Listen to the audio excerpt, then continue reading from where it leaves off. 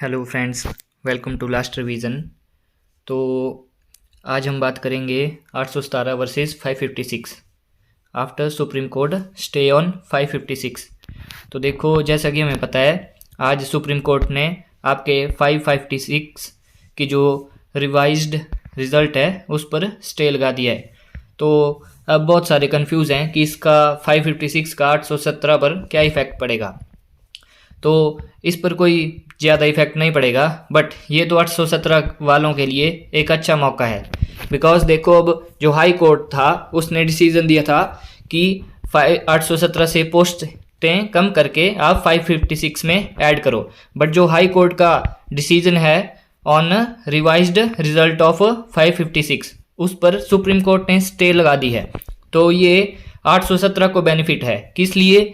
क्योंकि अगर 817 वालों को अब क्या करना पड़ेगा कि उन्हें कमीशन पर और गवर्नमेंट पर थोड़ा प्रेशर क्रिएट करना पड़ेगा, जिससे कि 817 की प्रोसेस कंप्लीट हो सके।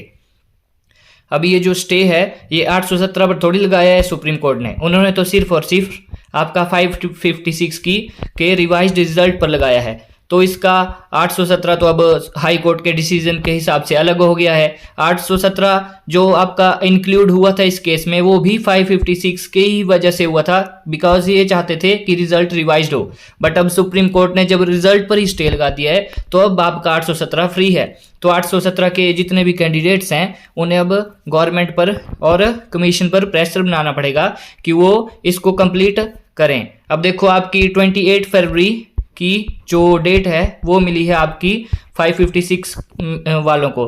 तो अब इतना टाइम है, कम से कम 1.5 मंथ है। तो इस टाइम में 817 की टाइपिंग होनी चाहिए और उसके लिए हमें प्रेशर बनाना पड़ेगा। अब देखो, जब भी कोई केस सुप्रीम कोर्ट में जाता है तो उसको बहुत बड़ा टाइम लगता है। तो हो सकता है 556 को अब कम से कम आप 1-2 साल मान के चलो, या अगर ज़्यादा नहीं तो 6 मंथ तो आप मान ही सकते हैं कि 6 मंथ लग सकते हैं।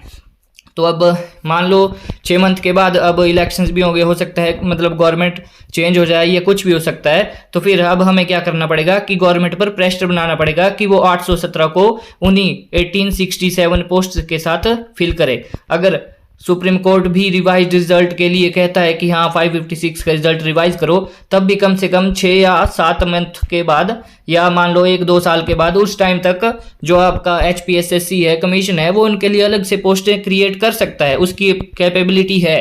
तो कम से कम ये क्यों ना किया जाए कि 817 को ही कंप्लीट कर दो, कम से कम 1867 उनकी फिल हो जाएं। अब 817 556 के चक्कर में क्यों लटके? तो इसके लिए हम सभी कैंडिडेट्स को, जितने भी 817 से रिलेटेड हैं, उनको आपके गवर्नमेंट पर एंड कमीशन पर, इन पर प्रेशर डालना पड़ेगा। अब 28 फरवरी तक तो 1.5 मंथ है, तो उसमें तो कम से कम टाइपिंग ही कंप्लीट करवा दो। तो उसके लिए सभी सरकार पर प्रेशर डालें। तो मुझे इतना ही बोलना था कि अब यही टाइम है 817 वालों का कि वो थोड़ा प्रेशर क्रिएट करके प्रोसेस को कंप्लीट करवा सकें। तो अगर मेरी इस बात से सहमत हो तो लाइक करें, शेयर करें एंड सब्सक्राइब करें मेरे यूट्यूब चैनल को। Thank you.